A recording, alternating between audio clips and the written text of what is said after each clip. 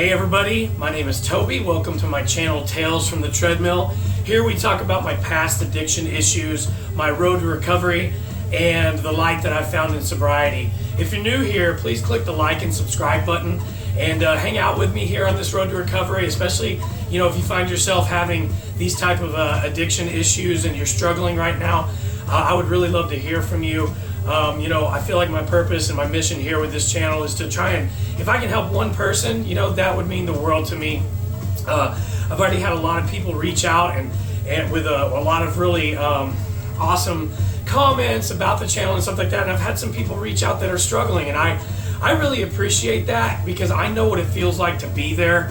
So I want to say, if you are having those issues right now, please feel free to hit me up in the comments below, or you can find me on Facebook, message me, email me. I'm a realtor, so my information is out there on my Facebook page. You can find my phone number and my email, and I'd just like to help as many people as possible. If you're a returning subscriber, thank you so much for being here on this journey with us, and I just appreciate all of you very much. I wanted to talk today about a couple of things, along my way that helped me get to where I am now. I'm going to be 3 years sober at the end of December this year, and I've never felt better in my life, to be honest. And there were some things that I did along the way that kind of I discovered about myself. Yesterday I was talking about what it looked like the first few months. Once I stopped drinking, it was a real struggle. Just trying to, because I was bartending still at the time, and just being around it and stuff like that. I mean, I was determined to stay sober because it took me 7 years to get there, but it was still a struggle no matter how you look at it, because you create these patterns and you create these things in your life that you are used to doing, and you have to change yourself. You have to take a really hard look at yourself and try to become better for yourself and for everyone else around you. So the thing that I really want to talk about today is negative self-talk, okay? Something that I know we probably all do. I know that I did when I was in the throes of my addiction issues, whether it was drugs or alcohol, or especially alcohol. I would get really wasted the night before, and when I woke up the next day, it was inevitable that I would just be like talking mad trash to myself. Just, you're so stupid. What is wrong with you? Why would you do this? You're just an idiot, man. Just complete and utter negativity in my head about myself. And, always wondering, what did I say last night? What did I do? You're so stupid. And one thing that I realized once I got sober, because I had this clarity that I had not had in a very long time, I realized that, man, that's the first thing I do when I get up in the morning. I immediately have a negative attitude. I immediately had this negativity that just swirled around me. And I think drugs and alcohol can create that situation in people. And I think we all kind of do it. Everybody has their insecurities about themselves. And so we all kind of talk trash to ourselves, And one thing that I do read a lot of books and stuff like that. And so I was reading a lot of positive stuff at the time. And one thing that I thought was powerful that I started implementing into my life, I tried to start doing this prior to even stopping drinking, was changing the way that I talk to myself, especially in the morning, And the very first way to start that is to actually, as soon as you have a negative thought, you immediately flip that to a positive thought. I'm not stupid, I'm beautiful, I'm wonderful, I'm awesome. You immediately flip the script. And if you make that a habit, eventually it'll all go away, because like now, I don't do that anymore. I don't talk about myself that way. It doesn't even come up. And another big reason for that is when I wake up in the morning, I immediately think about what I'm thankful for. I immediately think about what it is that I'm grateful for in this life, and what it is that makes this life so beautiful. I think about my wife. I think about April. I think about my daughter Brianna. I think about my family, my friends. What a wonderful, the fact that I've got a new career going, and all of the opportunities and blessings that come along my way. I think about all these positive things, and so I really steer clear of anything negative about myself.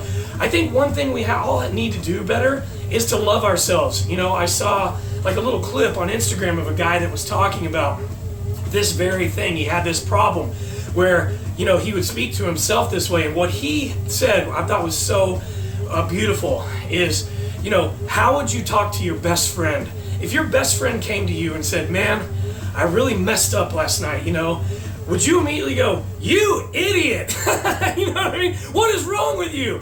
You're such an idiot, No, you wouldn't. You would put your arm around your best friend and you would say, look, man, you know what? Or girl or whatever, you would go, it's okay. You're an awesome person. Everybody makes mistakes. We all make mistakes. Just, all you can do is just change the future. You can't change the past. That's how you would speak to your best friend. You wouldn't be like, you're such a dumbass. You know what I mean? I mean, you might do that when you're joking around, like not in those situations, but if a person came to you and really was upset, the last thing you would do to that person is speak negatively to them.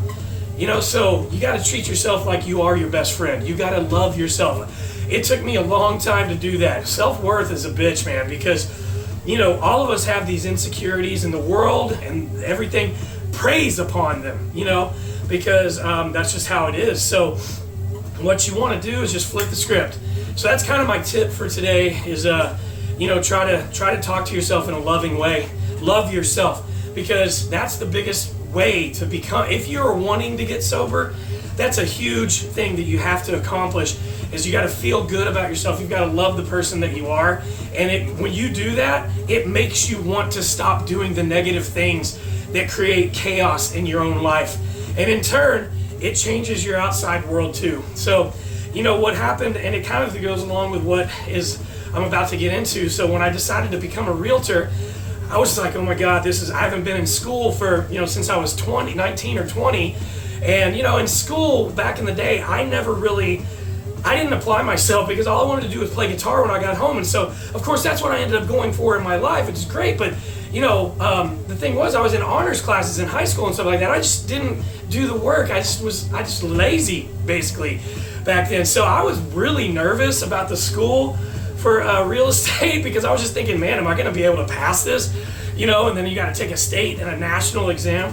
So I started doing the school, and what I realized was, it was very interesting, the classes that you take and the history that they give you, all the history of the laws and all the things that you go through all this stuff. And I found it so interesting because I was paying attention to it and I was actually applying myself there. And man, I passed everything with flying colors, right? So I passed the school, get all of my certificates. It took a couple months, I think. And then I decided to go take my state and national exam. And when I did, I was really nervous. I hadn't taken a test in years.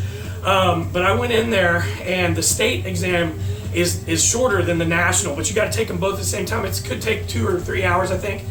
I got through it. When I got done with the national exam, I was thinking, oh my God, I totally failed that. And I started the state, and as soon as I got through the state, I'm like, I think I failed all of that, And when I went out there, the thing that had happened was I did fail the state part, but I passed the national part.